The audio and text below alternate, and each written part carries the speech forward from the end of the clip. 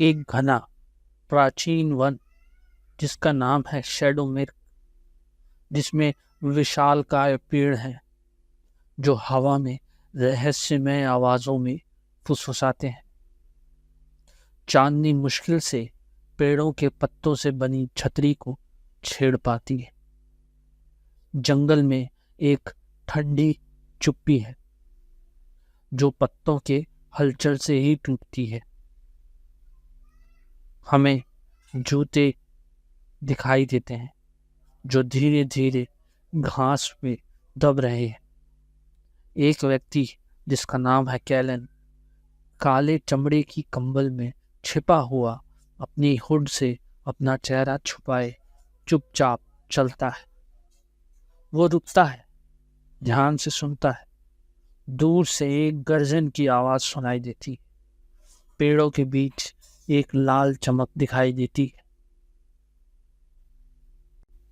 यह पास आ रहा है। कैलन अपनी लंबी घुमावदार तलवार को निकालता है जो हल्की नीले आभा में चमक रही है। वो आगे बढ़ता है। उसके कदम सधे हुए लेकिन संकल्पित हैं। एक खुला स्थान जिसमें भूतिया चांदनी है। केंद्र में एक विशाल धड़कता हुआ पत्थर है जो अंदर से एक आग की तरह चमक रहा है। ये है एम्बर स्टोन, इस भूमि का जादू का स्रोत। लेकिन कुछ गलत है। पत्थर की चमक मध्यम हो रही, टूट रही है।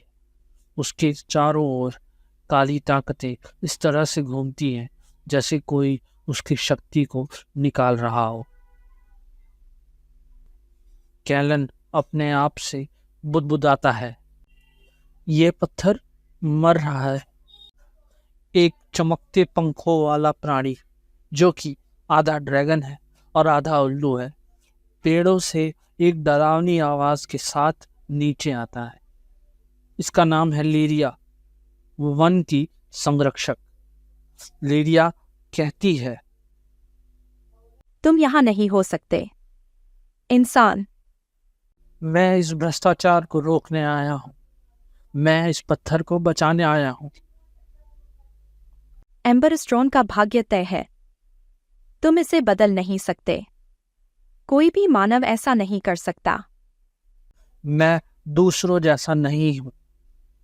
मुझ में कुछ ऐसा है जो दूसरों के पास नहीं है। मेरी रगों में प्राचीन राजाओं का खून है। लीरिया ठिठक जाती है। उसकी आंखें संजीदगी से कैलन को देखती हैं। एक पल के लिए कुछ समझने जैसा उसे दिखाई देता है।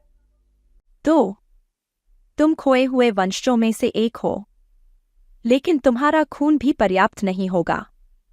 पत्थर अब अंधकार से खा लिया गया है। केवल एथर की ज्वाला इसे पुनर्जीवित कर सकती है, और वह ज्वाला सदियों से खो चुकी है।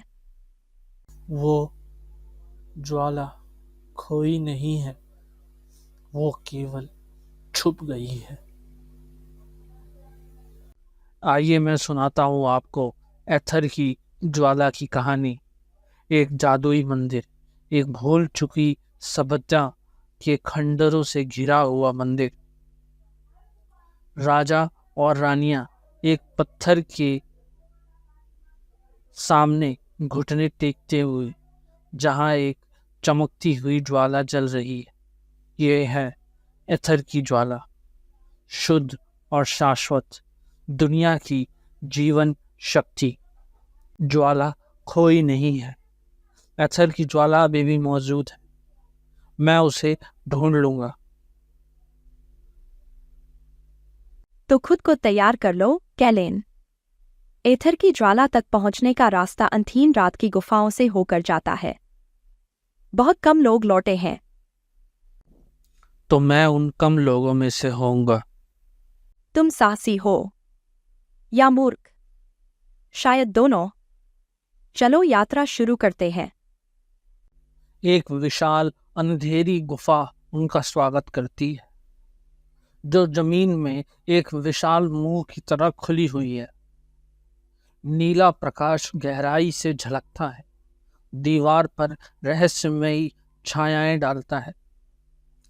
कैलन फुसफुसाता है, तो ये है अत्थर की ज्वाला तक जाने का रास्ता। और तुम्हारे मृत्यु का रास्ता? वो आगे बढ़ते हैं। हवा में तनाव गहरा होता है। पत्थर की दीवारें एक अस्वाभाविक ऊर्जा से दहला उठती हैं, जैसे गुफा खुद जीवित हो उठी हो। अंतहीन रात की गुफा में वो और नीचे उतरते हैं। संकीर्ण सुरंगों और विशाल प्राचीन कमरों से गुजरते हैं। अजनबी चमकते हुए शिलालेख दीवारों पर हैं, जो एक भूल चुके युग की जादुई दुनिया को दर्शाते हैं। अचानक वे एक गंभीर गर्जन सुनते हैं। छायाओं से एक विशाल प्राणी, जो कि आधा छाया और आधा भेड़िया है, उभरता है, जिसकी आंखें एक अस्वाभाविक चमक से जल रही है। यह है गुफा का पहरेदार, वो प्राणी जो एथर की ज्वाला की रक्षा करता है। तुम भीतर क्यों आए हो? वो ज्वाला चुराने? मैं उसे चुराने नहीं, उसे बचाने आया। वो ज्वाला मुझे दे दीजिए। पहरेदार कैलन की रगों में दौड़ते प्राचीन राजाओं के खून को पहचान लेता है और उन्हें आगे जाने की अनुमति दे देता है। आखिर तुमने ये कर दिखाया। अब एम्बरस्टोन सुरक्षित है।